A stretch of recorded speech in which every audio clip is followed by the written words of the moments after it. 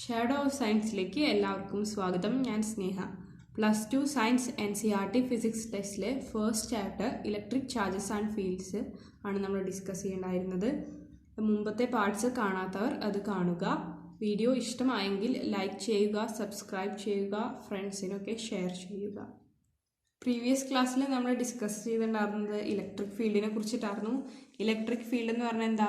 ഒരു electrostatic force per unit charge ആണെന്ന് നമ്മൾ ഡിസ്കസ് ചെയ്തു. E=F/Q. F എന്താ? ഇലക്ട്രോസ്റ്റാറ്റിക് ഫോഴ്സും Q ചാർജും.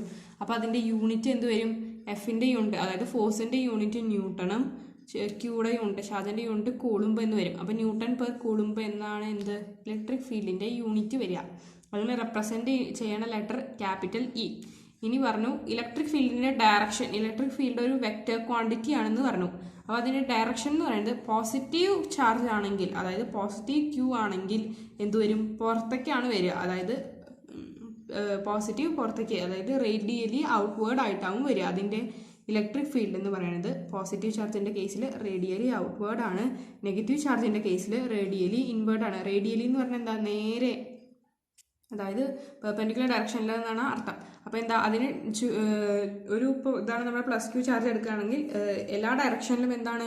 അത് റേഡിയലി ഔട്ട്വേർഡ് ആണ്. -Q ആണെങ്കിൽ എല്ലാ ഡയറക്ഷനിലും റേഡിയലി ഇൻവേർഡ് ആണെന്ന് പറയാം. നെക്സ്റ്റ് പോയിന്റ് എന്ന് പറയുന്നത് അതിൻ്റെ മാഗ്നിറ്റ്യൂഡിനെ കുറിച്ചിട്ടാണ്. അപ്പോൾ magnitude of electric field is same at equal distance from charge Q.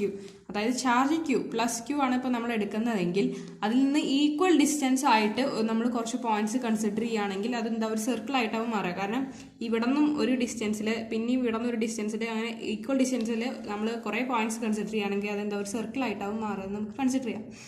അപ്പോൾ അങ്ങനെയാണെങ്കിൽ ഈ സർക്കിളിൻ്റെ N പോയിന്റ്സിലുള്ള എല്ലാ പോയിന്റ്സിലുള്ള ഇലക്ട്രിക് ഫീൽഡ് എന്ന് പറയുന്നത് സെയിം ആയിരിക്കും എന്ന് നമുക്ക് പറയാം. അതായത് magnitude of electric field at equal distance, അതായത് ഈക്വൽ ഡിസ്റ്റൻസ് എന്ന് പറയുന്നത് ഈക്വൽ ഡിസ്റ്റൻസ് ആയിട്ടുള്ളത് എന്നാണ് അർത്ഥം.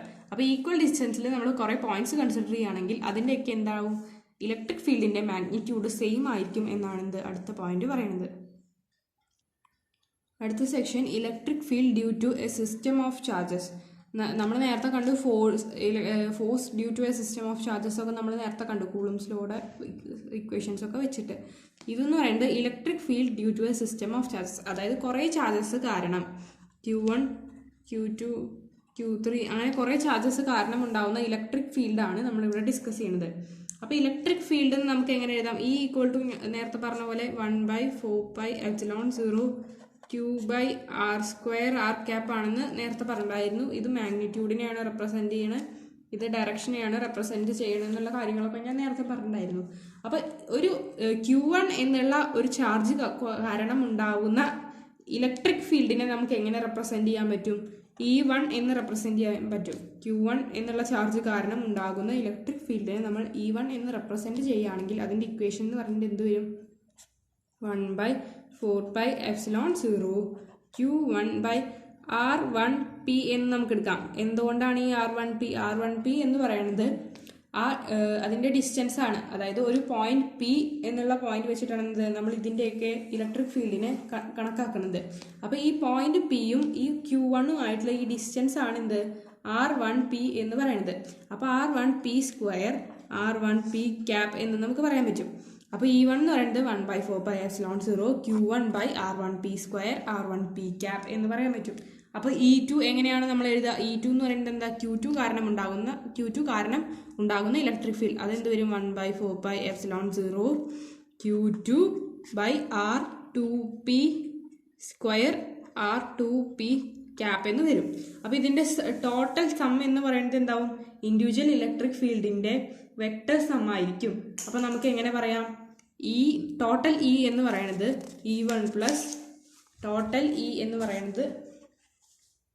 പറയുന്നത് എന്താണ്? E1 plus E2 plus etcetera plus En എന്ന് പറയാൻ പറ്റും. അപ്പോൾ നേരത്തെ നമ്മൾ കണ്ടു E1 എന്ന് പറയുന്നത് എന്തായിരുന്നു? 1/4πε0 Q1/r1p², r1p ക്യാപ് ആയിരുന്നു. E2 എന്ന് പറയുന്നത് എന്താവും? 1/4πε0 Q2/r2p², r2p ക്യാപ്പ് ആണ്, plus etcetera plus E N എന്ന് പറയുന്നത് എന്താകും 1/4πε0 QN. E1 ആയിരുന്നപ്പോൾ Q1 ആയിരുന്നു, E2 Q2, EN എന്ന് പറയുന്നത് എന്താവും, അപ്പോൾ QN ആവും. അതെന്ന് പറയുന്നത് എന്താണ്, RNP ഡിസ്റ്റൻസിലാണ് ഉണ്ടാവുക. അതിൻ്റെ സ്ക്വയർ RNP ക്യാപ് എന്ന് വരും. അപ്പോൾ ഇതാണ്. ഇനി ഇത് ഇത്ര വലിച്ചു നീട്ടി എഴുതാണ്ട കാര്യമില്ല. നമ്മൾ നേരത്തെ ഷോർട്ട് ഫോം ആക്കാനൊക്കെ പറഞ്ഞിട്ടുണ്ടായിരുന്നു. അതെങ്ങനെയാക്കുക എന്ന് വെച്ചാൽ ഇതിൽ കോമൺ ആയിട്ടുള്ള കാര്യങ്ങൾ എന്തൊക്കെയാണ്? 1/4πε0 കോമൺ ആണല്ലോ. എല്ലാത്തിലും 1/4πε0 ഉണ്ട്. അത് ഔട്ട് സൈഡ് എടുക്കുക. ഇനി വല്ലതും കോമൺ ഉണ്ടോ? ഇനി ഒന്നും കോമൺ ഇല്ല. അപ്പോൾ നമ്മൾ എന്ത് ചെയ്യുക? സിഗ്മ എന്നുള്ള നൊട്ടേഷൻ ഇട്ട് വയ്ക്കാം. സിഗ്മ എന്നുള്ള നൊട്ടേഷൻ സമ്മേഷനെയാണ് റെപ്രസെൻറ്റ് ചെയ്യുക എന്നൊക്കെ ഞാൻ കഴിഞ്ഞ ക്ലാസ്സിൽ പറഞ്ഞിട്ടുണ്ടായിരുന്നു. ഇനി എന്താ, I എന്നുള്ള ഒരു നമ്പർ അത് എവിടെ മുതൽ വേരി ചെയ്യും? 1 മുതൽ n വരെ വേരി ചെയ്യും എന്നാണ് ഇതിൻ്റെ അർത്ഥം. ഇതെങ്ങനെ വായിക്കുക? 1/4πε0 സിഗ്മ I = 1 to n. ഇനിയാണ് എന്താ നമ്മൾ അപ്ലൈ ചെയ്യുന്നത്. എന്താണ് അപ്ലൈ ചെയ്യുക? Q, ഈ ഐക്ക് പകരം നമ്മൾ എന്താ എടുക്കുക? ഈ ക്യൂവിനെയാണ് നമ്മൾ ഇടുന്നത്. അപ്പോൾ Q അതിന് ചോട്ടിൽ 1 2 3ക്ക് പകരം എന്ത് ഇട്ട് കൊടുക്കുക? I എന്നിട്ട് കൊടുക്കുക. അപ്പോൾ എന്ത് വരും? QI എന്ന് വരും. ഇനി ഇതിൻ്റെ ചോട്ടിൽ നമ്മൾ എന്താ ഇട്ട് കൊടുക്കുക?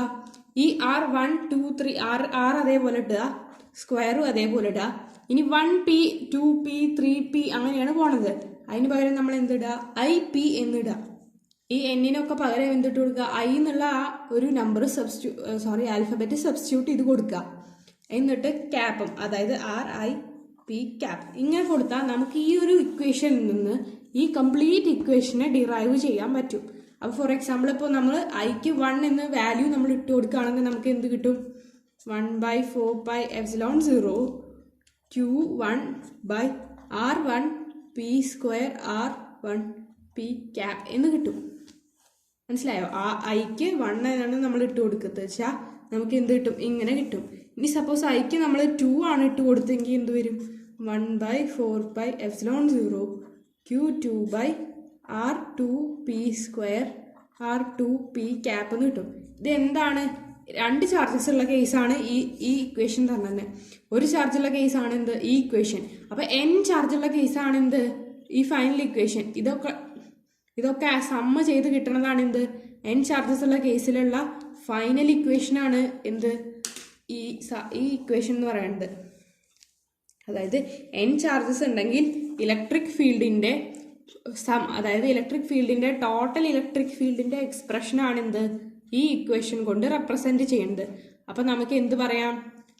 n നമ്പർ ഓഫ് ചാർജസ് കാരണം ഉണ്ടാകുന്ന ഇലക്ട്രിക് ഫീൽഡ് എന്ന് പറയുന്നത് 1/4πε0 sigma I = 1 to n QI/RIP² RIP cap ആണെന്ന് പറയാം. ഇത് ടോട്ടൽ എന്താണ്? ഇതിൻ്റെ മാഗ്നിറ്റ്യൂഡിനെയും ഇത് എന്താണ്? ഇതിൻ്റെ ഡയറക്ഷനെയും ആണ് റെപ്രസെൻറ്റ് ചെയ്യുന്നത് എന്നും കൂടി നമുക്ക് പറയാം. അടുത്തത് physical significance of electric field ആണ്.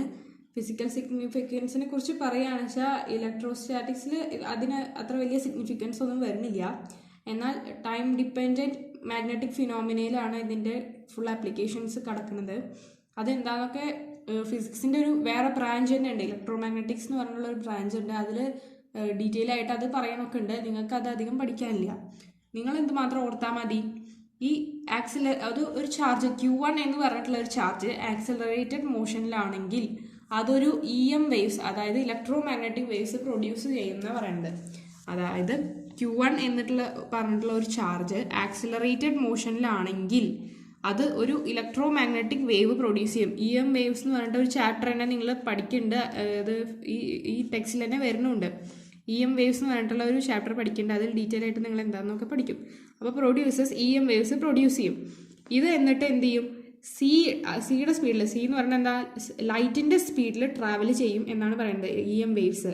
എന്നിട്ട് എന്താണ്? Q2 ഒരു ഫോഴ്സ് കൊടുക്കും എന്നാണ് പറയുന്നത്. അപ്പോൾ അത്ര മാത്രമാണ് എന്ത് ഈ ടെക്സ്റ്റിൽ ഇതിനെക്കുറിച്ച് ഡീറ്റെയിൽ ആയിട്ടുള്ള പറഞ്ഞിട്ടുള്ള സെക്ഷനിൽ ഉള്ള മെയിൻ പോയിന്റ് എന്ന് പറയുന്നത്.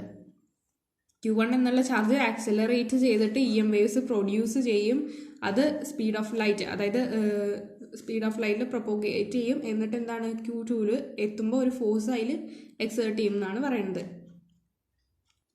അപ്പോൾ ഇത് കാരണം ഒരു ടൈം ഡിലേ ഉണ്ടാവുന്നുണ്ട് എന്നാണ് പറയുന്നത്.